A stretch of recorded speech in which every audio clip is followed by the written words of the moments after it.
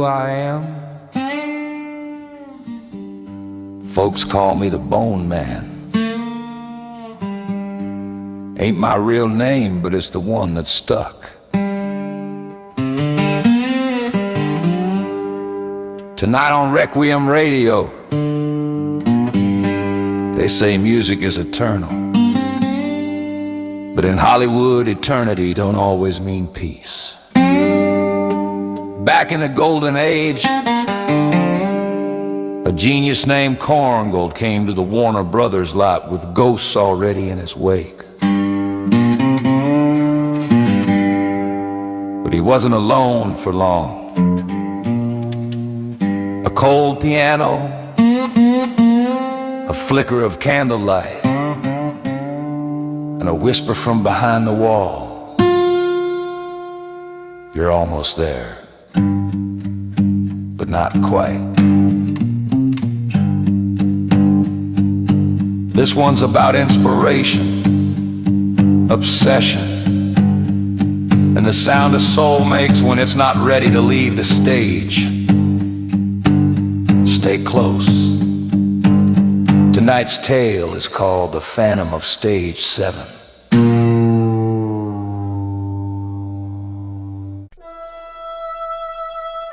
Erich Wolfgang Korngold was born in Moravia in 1897. With a name that already sounded like a legend, he was a child prodigy.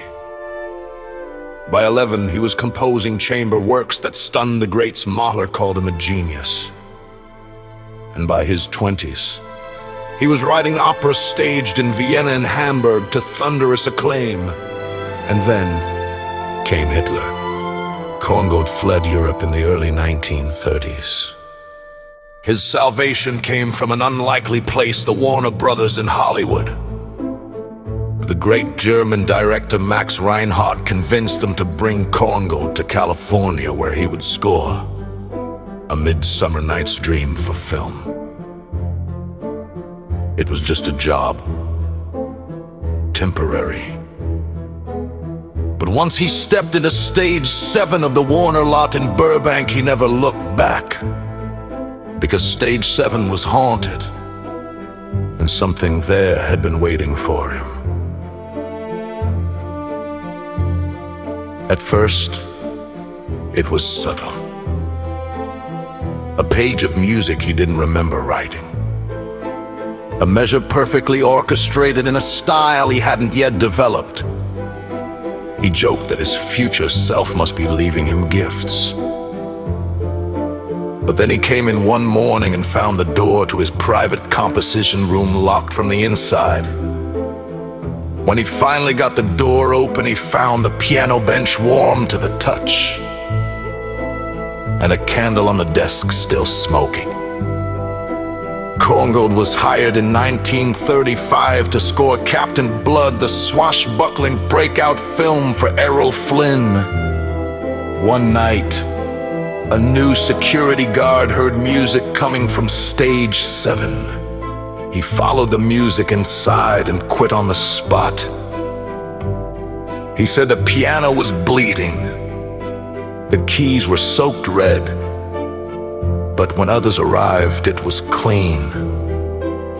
The next day, a page of Korngold's score appeared with a red thumbprint in the corner, identical to Mozart's known fingerprint from a surviving letter. Another guard claimed he saw a figure in 18th century formal wear gliding between sound baffles, a white wig, waistcoat, and a single glove on the right hand. He vanished when approached. The strange events mounted. A violinist collapsed during a scoring session, sobbing uncontrollably. She said the music had suddenly turned into something else. Something ancient and mournful, like angels screaming into water when they played back the reel. The cue was normal, but the violinist never returned. Korngold himself began to unravel. He worked nights, slept on the lot, ate nothing but bread and black coffee. He said the spirit had a name, but never spoke it aloud, only that it was the master, and that he had to earn its approval, that perfection was the only shield. He began wearing gloves when he played, saying the ivory burned his fingers. He spoke of dreams, endless corridors lined with candlelit music stands, and a man in shadow waiting at the end, nodding once for yes, twice for no. Then came the adventures of Robin Hood in 1938. Korngold poured himself into the score. It was bold, heroic, alive, but it came at a cost. The first playback of the main theme caused every speaker in the studio to blow out simultaneously. Sparks flew. One engineer suffered temporary hearing loss. When they checked the waveform on the audio strip, the music contained frequencies below human hearing. No microphone in 1938 should have been able to record them. Korngold wept when he heard it. He said, "I didn't write that, but he knew exactly what I wanted to write." He won an Oscar for it. He never collected it.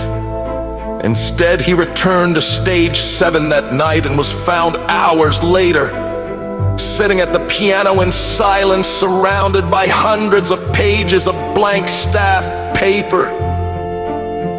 He told the janitor, "He's gone, the master is finally gone.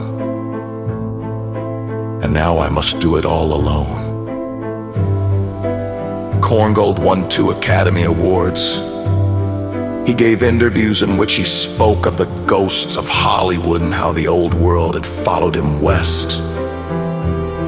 He died in 1957. His last composition was a haunting, unfinished Second Symphony. No title, no dedication. Only a single line in German penciled at the top. "I still hear you."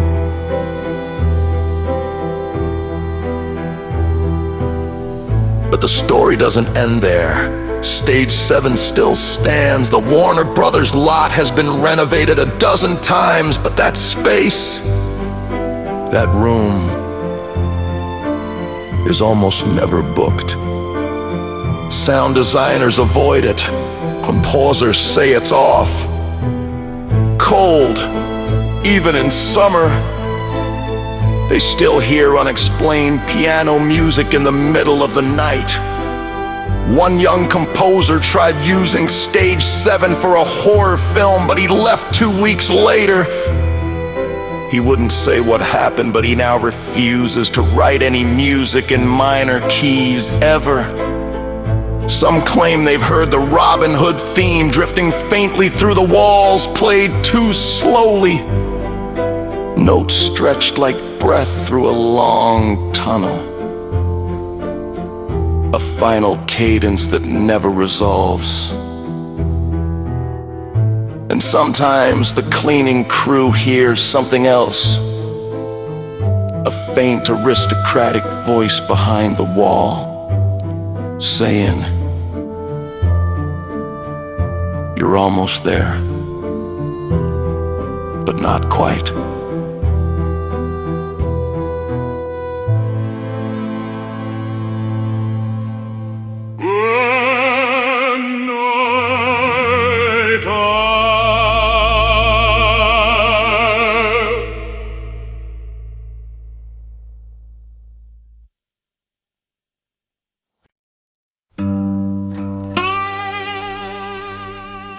You've been listening to Requiem Radio,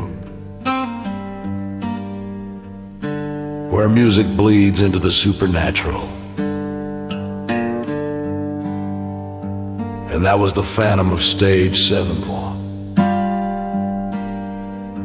Some say genius is a gift, others say it's a curse. But out in Burbank, behind locked doors and velvet curtains, it might just be a haunting.